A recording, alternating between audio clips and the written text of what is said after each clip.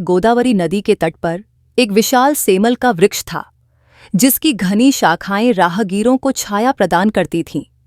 वर्षों से इस वृक्ष ने अनगिनत यात्रियों को अपनी छांव में विश्राम दिया। इसके ऊपर भांति भांति के पक्षी घोंसला बनाकर रहते थे, जिनमें एक कौवा लघुपतनक अपने परिवार के साथ रहता था। वह वृद्ध और अनुभवी था और क्षेत्र में होने वाली हर गतिविधि पर नजर रखता था। सेमल के बगल में एक आम का पेड़ भी था, जो गर्मियों में मीठे आमों से लदा रहता। राहगीरों को आम खाने, नदी का शीतल जल पीने और सेमल की घनी छाया में विश्राम करने का सौभाग्य मिलता। जब आंधी आती तो राहगीर सेमल की ओट लेकर खड़े हो जाते और आंधी से गिरे पके आमों का आनंद उठाते। कौवा अपने परिवार की सुरक्षा के लिए सतर्क रहता, क्योंकि शिकारी अक्सर आसपास घूमते रहते थे। वह आने वाले खतरों को पहले ही भांपकर अन्य पक्षियों को चेतावनी दे देता था। एक दिन एक शिकारी वहां आ निकला। आम के पेड़ पर लटके पके आमों को देख उसके मुंह में पानी आ गया। उसने सोचा, आज किस्मत अच्छी है, शिकार भी मिलेगा और आम भी।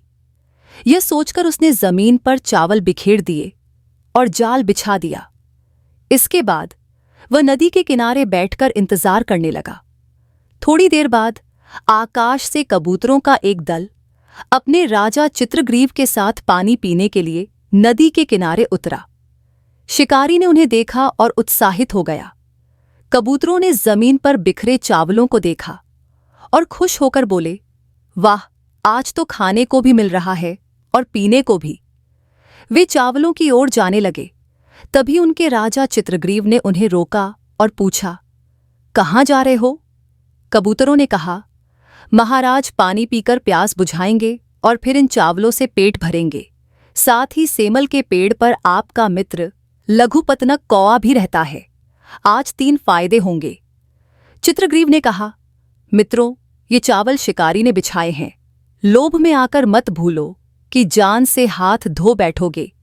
भूख हमें अंधा बना रही है, लेकिन लोभ में फंसकर जान गंवाने से बेहतर है कि हम सतर्क रहें। एक कबूतर बोला, महाराज, भूखे मरने से अच्छा है पेट भरकर मरा जाए। चित्रग्रीव ने समझाते हुए कहा, मैं राजा हूं और मेरा कर्तव्य है अपनी प्रजा की रक्षा करना। लोभ हमेशा अंधा कर देता है और उसका परिणाम बुरा होता है। अगर तुम चावलों के लोभ में आ रहे हो तो याद रखो कि हमारी स्थिति वैसी ही होगी जैसे एक राही की हुई थी, जो कंगन के लोभ में दलदल में फंसकर मर गया था। कबूतरों ने हैरानी से पूछा, वह कैसे? इस पर चित्रग्रीव ने एक कहानी सुनाई। आपका एक लाइक हमें और भी बेहतरीन वीडियो बनाने की प्रेरणा देता है, तो जल्दी से लाइक करें, चैनल को सब्सक्राइब करें और अपनी राय कमेंट्स में शेयर करें।